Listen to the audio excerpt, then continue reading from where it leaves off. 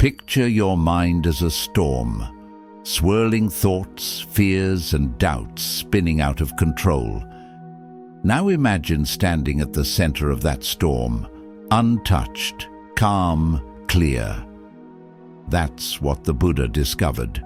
Not just enlightenment, but a way out of the storm of overthinking. We all know the feeling. Lying awake, replaying conversations, worrying about the future, judging ourselves for the past. Overthinking is so common, we forget that peace is possible. But more than 2,500 years ago, the Buddha saw this pattern in the human mind. He saw that our suffering isn't caused by life itself, but by how tightly we hold on to our thoughts. In this video, we'll explore the Buddha's wisdom on overthinking, what he truly meant by letting go, how we can find stillness in everyday chaos, and why peace doesn't come from solving every problem, but from changing how we relate to our mind. Stay until the end, and you'll discover not just ancient teachings, but a map back to your own inner silence. 1. The nature of the mind. The Buddha once described the mind as restless, agitated, and hard to control. He compared it to a monkey, always jumping from branch to branch, never staying still. This description fits perfectly with the modern concept of overthinking. When our thoughts constantly shift, we cannot concentrate. We worry about what hasn't happened, relive what has, and imagine infinite scenarios that may never come to pass. The Buddha called this kind of mind a source of dukkha, suffering. He taught that our suffering doesn't come from the world itself, but from our reaction to it. And this reaction is shaped by the thoughts we entertain. The untrained mind becomes a factory of delusions, fears, desires, and expectations. Overthinking arises when we attach too strongly to thoughts. We believe every idea, fear, or possibility that crosses our mind. We think, if I don't keep thinking about this, something bad might happen, or I need to find the perfect answer before I act. But the Buddha taught that clinging to thoughts is like trying to hold water in your hands. The tighter you grip, the more it slips away.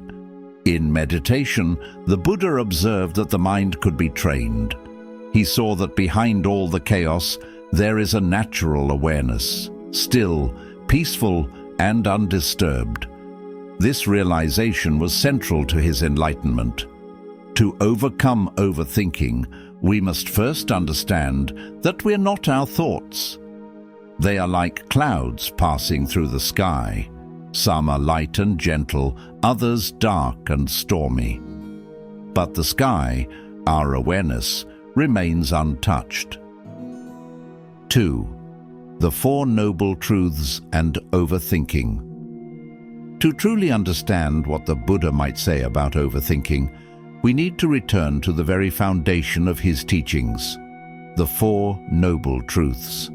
These truths are not abstract philosophy. They are tools, practical insights designed to help us end suffering and cultivate inner peace. Let's explore how each truth directly relates to the problem of overthinking. 1. The truth of suffering, dukkha. Overthinking is, at its core, a form of dukkha, a Sanskrit word often translated as suffering, but which also means unease, stress, or dissatisfaction. When we overthink, we suffer twice. First, from the situation itself, and then from our thoughts about it. The mind loops through endless what-ifs and should-haves. It creates scenarios that haven't happened and may never happen, yet the body responds with real anxiety and tension. The Buddha taught that this mental agitation is a universal part of human life. Even in stillness, the untrained mind churns with restlessness. Overthinking might wear the mask of intelligence or responsibility, but underneath it is usually fear, control, or unresolved pain. 2. The origin of suffering. The second noble truth identifies the cause of our suffering: craving, clinging, and attachment. When we overthink, what exactly are we attached to? We may be attached to certainty, wanting to predict and control every outcome. We may be attached to identity, replaying past mistakes to reinforce a story about who we are. We may be attached to perfection, mentally editing conversations, decisions, and actions until they feel just right. The Buddha observed that this grasping, this inner tightness, is what turns natural thought into mental imprisonment. It's not the thinking itself that's the problem, but the way we cling to our thoughts and demand they bring us peace. In overthinking, we are often chasing clarity but getting confusion.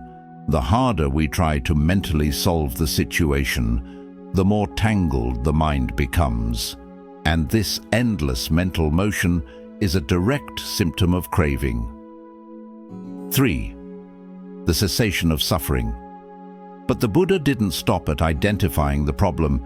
He offered hope, the third noble truth, that the end of suffering is possible. This includes the end of compulsive overthinking. How? By letting go. Not through force or suppression, but through understanding. When we see clearly that overthinking doesn't bring us peace, we begin to release our attachment to it. We recognize that thoughts are not truth. They are mental events, arising, passing, not self. When we stop feeding our thoughts with attention, they lose power. The mind doesn't need to be fixed. It needs to be freed. And in that freedom, silence becomes more natural than noise. The path to cessation, the Eightfold Path. The Buddha outlined a practical method for calming the mind and ending suffering, the Noble Eightfold Path. This isn't a checklist, but a way of life, a training of the heart and mind. Right view. Understand that thoughts are just thoughts. They are not facts. Much of overthinking is based on illusion, fears about the future, guilt about the past, assumptions about others. When we see their impermanence, we stop believing every thought we think. Right intention. Instead of fueling fear or control, we set intentions of renunciation, kindness, and peace. We learn to choose which thoughts to follow and which to let pass like clouds in the sky. Right speech, action, and livelihood. These are ethical practices that create harmony in our outer life, reducing the inner friction that fuels overthinking. When we live in integrity, the mind is naturally quieter. Right effort. We gently steer the mind away from destructive patterns and toward beneficial ones, not through force, but through practice. Right mindfulness. This is the key. We observe our thoughts without judgment, watching them come and go. This awareness creates space, and in that space, the compulsion to overthink softens. Right concentration. Through meditation, the scattered mind becomes steady. When we learn to focus the mind on a single object, like the breath, we weaken the habit of mental wandering. In this way, overthinking is not merely a psychological issue, it is a spiritual one. It arises from the same ignorance and craving that the Buddha saw as the root of all suffering. And just like any other form of suffering, it can be transformed, not by resisting it, but by meeting it with wisdom, presence, and compassion.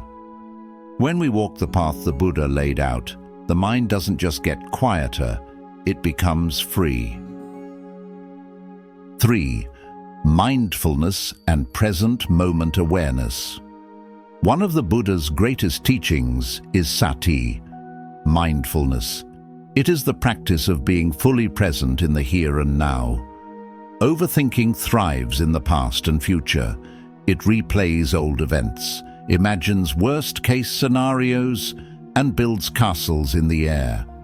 But mindfulness brings us back to the only place life truly happens, this moment. When we are mindful, we become aware of our thoughts without getting caught in them. We see them arise, stay for a while, and pass away.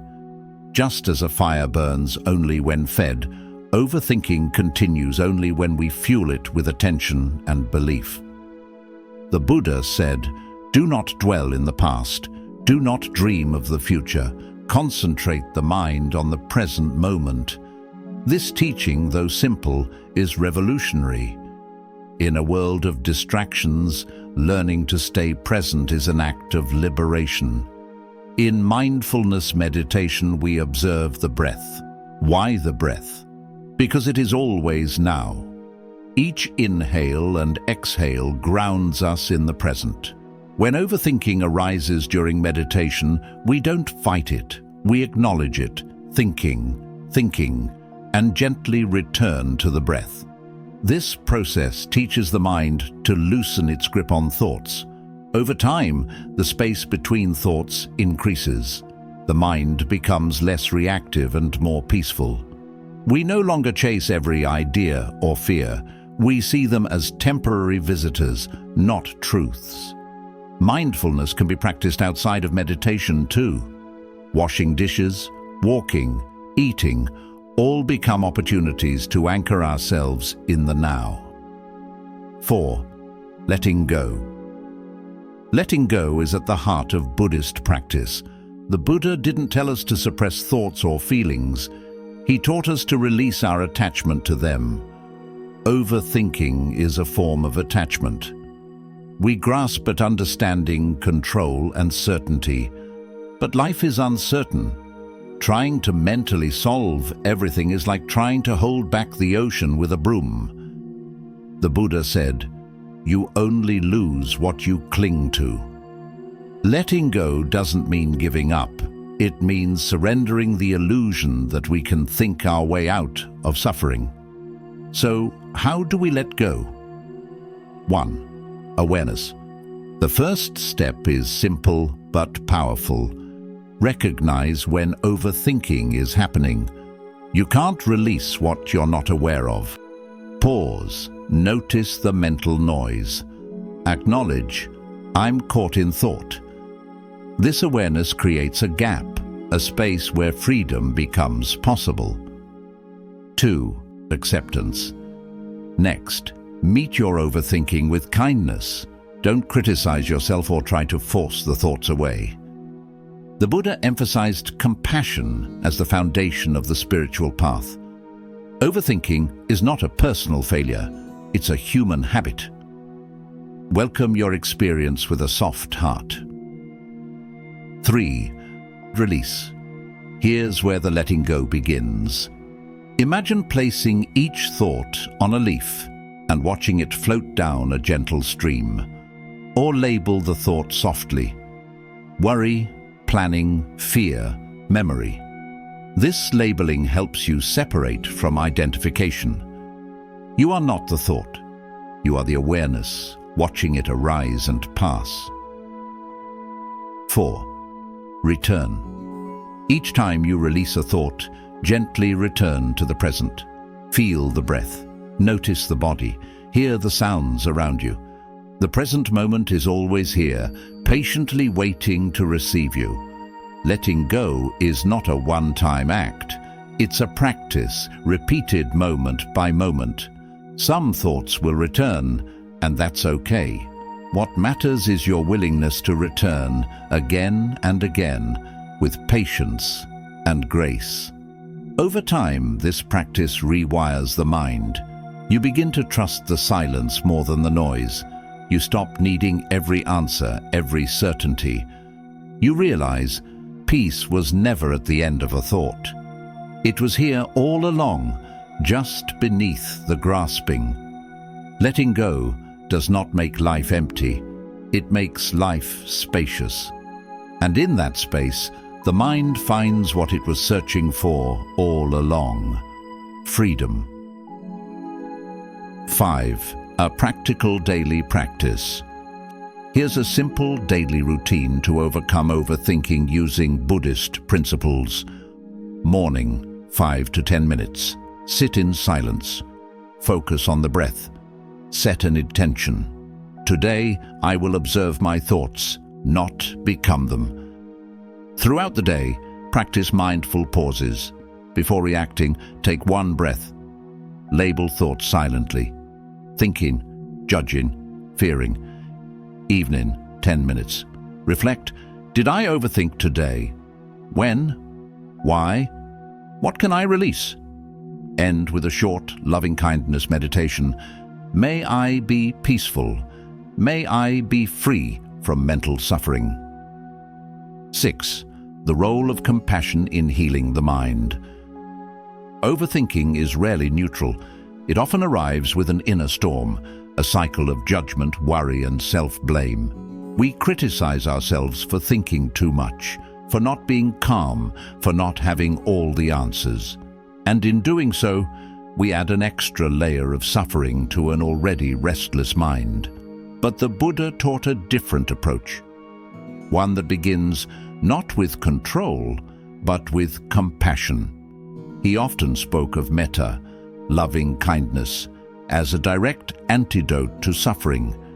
Just as a mother holds her child with warmth and care, we are invited to turn that same gentle attention inward.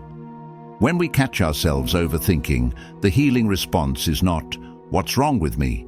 but, "It's okay, I'm here, I'm doing my best." This small shift makes a profound difference. In metta meditation, we repeat phrases like, "May I be happy. May I be safe. May I be free from mental suffering." At first, it may feel mechanical, but with time, these words begin to soften the harsh edges of the mind. We begin to notice the voice of inner criticism and respond not with more judgment, but with understanding. Compassion does not eliminate thoughts.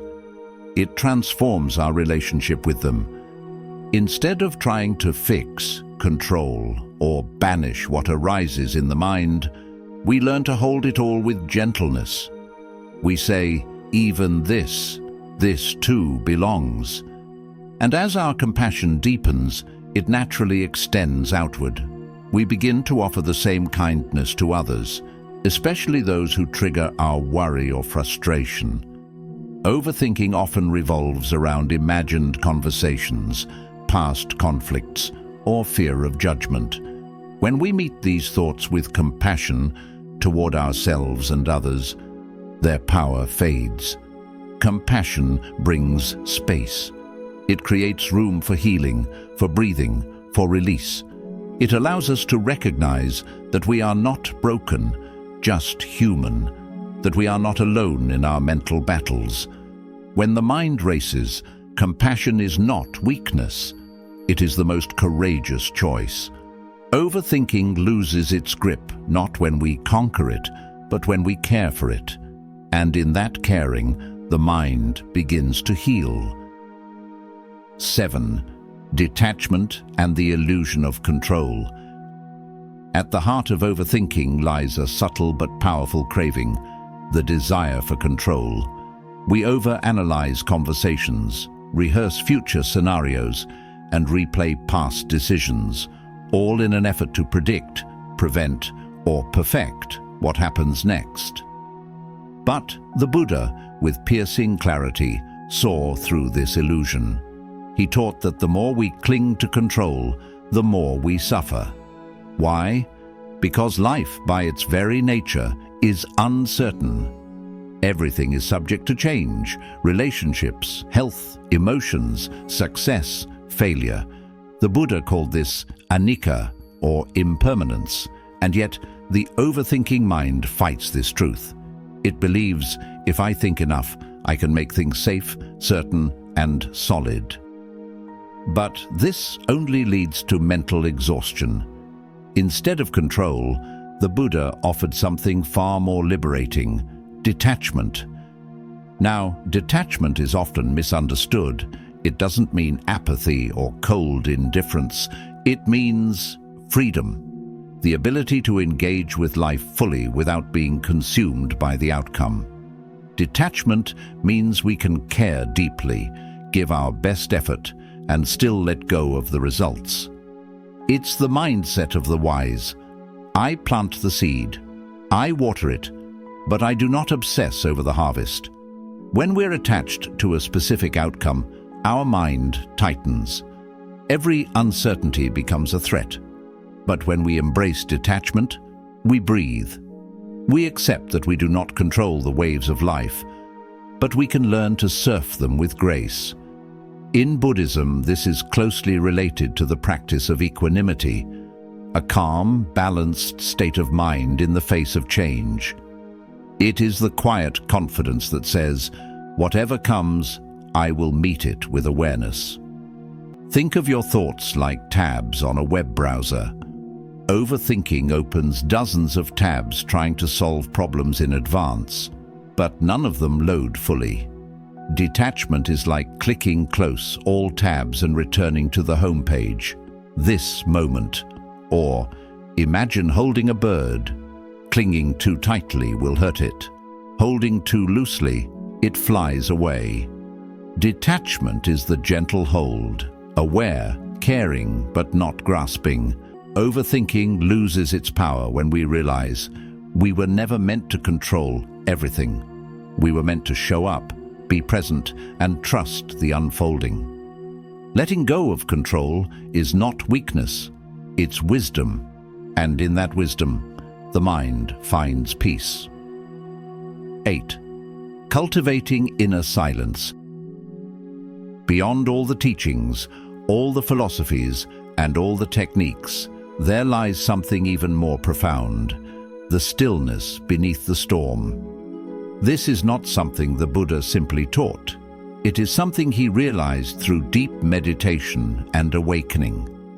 It is called inner silence. Inner silence is not the absence of sound, or even the complete absence of thought. It is the spacious awareness in which thoughts rise and fall, like waves on an ocean that never stirs.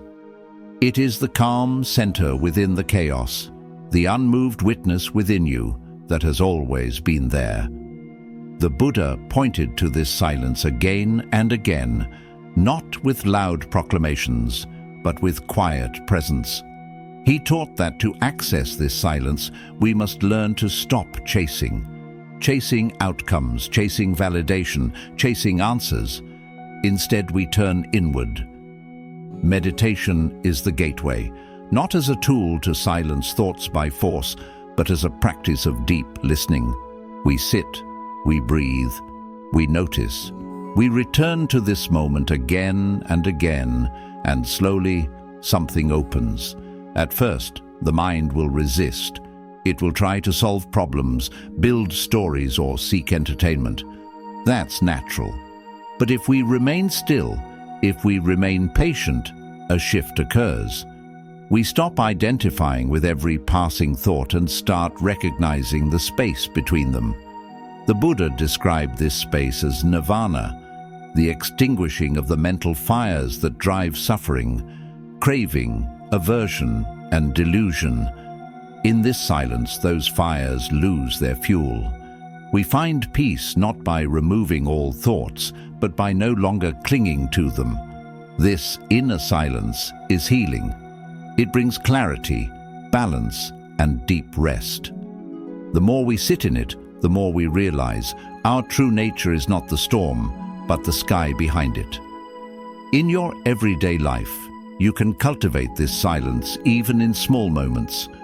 A mindful breath, a pause before responding, a walk in nature without headphones. These are sacred doorways back to yourself. Remember, this silence isn't far away. It doesn't need to be created. It is already here, waiting, within you. Overthinking is not a modern curse. It is a timeless struggle of the human mind. But the Buddha, through his deep insight and compassion, gave us the tools to understand and overcome it.